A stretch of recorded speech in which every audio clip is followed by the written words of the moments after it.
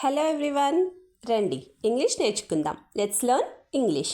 First one, సరిగ్గా రాయండి అనడానికి ఇంగ్లీష్లో రైట్ ప్రాపర్లీ. నెక్స్ట్ వన్, 2 సార్లు చదవండి అనడానికి ఇంగ్లీష్లో రీడ్ ట్వైస్.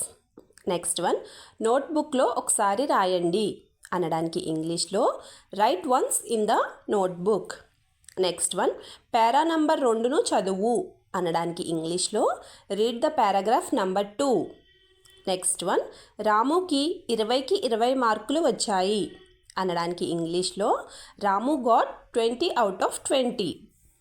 నెక్స్ట్ వన్, అతనికి గట్టిగా చప్పట్లు కొట్టండి అనడానికి ఇంగ్లీష్లో give him a big claps.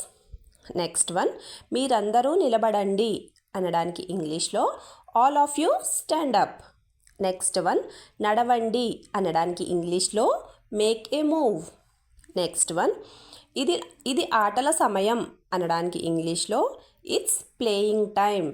Next one, మేమంతా గ్రౌండ్లో ఆడుకుంటున్నాం అనడానికి ఇంగ్లీష్లో ఏమంటారో కింద కామెంట్ సెక్షన్లో కామెంట్ చేసి చెప్పండి.